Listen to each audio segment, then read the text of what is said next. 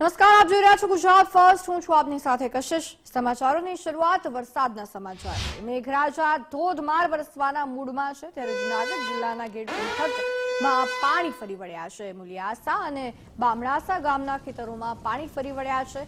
મઢડા આખા સહિતના ગામના ખેતરોમાં પાણી, ભારે વરસાદને પગલે રસ્તા ઉપર પાણી ભરાઈ ગયા છે. ત્યારે વરસાદી માહોલ વચ્ચે જૂનાગઢમાં તમામ જગ્યાએ પાણી જોવા મળી રહ્યું છે. ખેડ પંથકમાં પાણી ફરી વળ્યા છે, ત્યારે ગામના ખેતરોમાં પાણી ફરી વળતા જગતના તાતને ક્યાંક ચિંતાનો સામનો કરવો પડ્યો છે, પરંતુ જગતનો તાત એક તરફ ખુશ પણ છે, કારણ કે વાવણી લાયક વરસાદ તેમને મળી રહ્યો છે. સંવાદદાતા ધર્મેશ ખાચર આપણી સાથે ફોન લાઈન પર જોડાયા છે. ધર્મેશ, જૂનાગઢ જિલ્લાના ખેડ પંથકમાં પાણી ફરી વળ્યા, શું અપડેટ?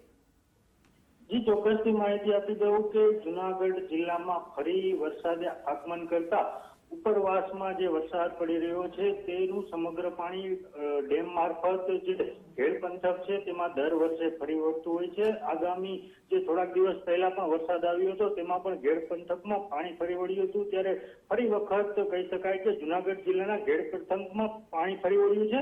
મુળિયાસા અને બામણાસાના ગામના ખેતરો પાણીમાં ફરી વળ્યા છે. મઢડા આખા સહિત ગામોના ખેતરોમાં પાણી ફરી રહ્યા છે.